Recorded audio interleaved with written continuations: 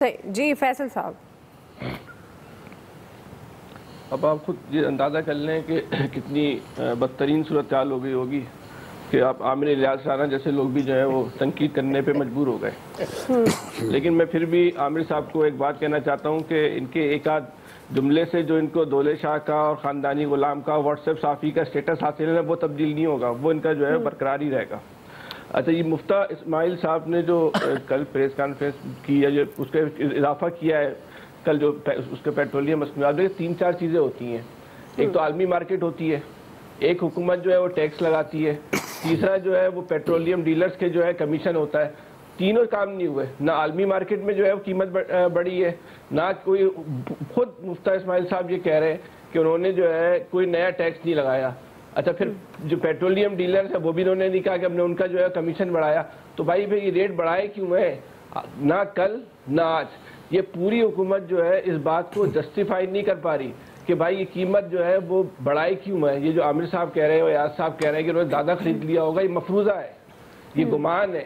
حکومت نے یہ بات نہیں کہی کہ ہم نے زیادہ خرید لیا تھا اپنی نااہلی کی وجہ سے، اپنی نالائکی کی وجہ سے جو ہمیں ورثے میں ملی ہوئی ہے تو اس کی وجہ سے ہم نے زیادہ خرید لیا تھا اس لیے بڑھا دی. یہ بات انہوں نے نہیں کہی. یہ تو گمان ہے نا، یا ان کو ایک راستہ فراہم کرنے کی کوشش ہے، بھائی اب یہ بات کر لو. لیکن وہ تو اپنے منہ سے یہ بات نہیں کر رہے.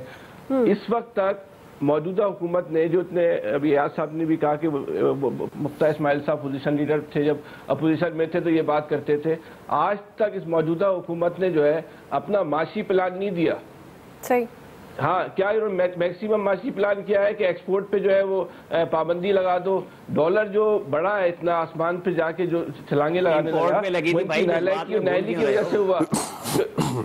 ہاں، امپورٹ پہ پابندی لگا دو. اچھا، جو مسئلہ یہی ہوتا ہے ڈالر بڑا وہ اس میں نائلی، ان میں ان کی نائلی ان کی پرائرٹی کیا تھی کہ اپنا کیس جو ہے وہ ختم کروا دیں، الیکشن کی جو قوانین ہے اس کو جو ہے اس سے اپنے آپ کو جو ہے بچا لیں.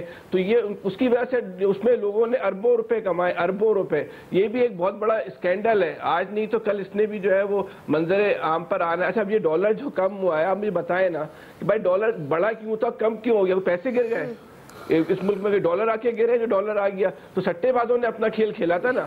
سٹے بازوں نے کھیل کھیل کے جو ہے وہ اربوں روپے کما لیے. کوئی کاروائی، کوئی تحقیقات، کوئی انویسٹیگیشن کہیں ہمیں جو ہے نظر نہیں آتی. تو پھر ہم یہ سوچنے میں مجبور کیوں نہ ہو کہ اس میں جو ہے وہ سارے کے سارے جو ہے وہ حکومتی جو سرکاری اعلیٰ عہدیدار ہیں، مطلب جیسے ایک آخری بات مریم نواز کے حوالے سے. مریم نواز صاحبہ جو ہے وہ کہہ تو رہی ہے نواز شریف صاحب جو ہے وہ ناراض ہو کے کمرے سے چلے گئے. اور بھائی آپ ناراض ہو کے کمرے سے نہیں جاؤ. بھائی آپ حکومت کر رہے ہو، آپ قائد ہو اس پارٹی کے، آپ پلان دو اس قوم کو، اس حکومت کی رہنمائی کرو. آپ بتاؤ کہ میں نے یہ گائیڈ لائن دی تھی، اس پہ اس حکومت نے عمل نہیں کیا. اس کا مطلب تو یہ ہوا ہے کہ پورا خاندان بھی جو ہے وہ مفتیٰ اسماعیل پہ انحصار کر کے بیٹھا ہوا ہے.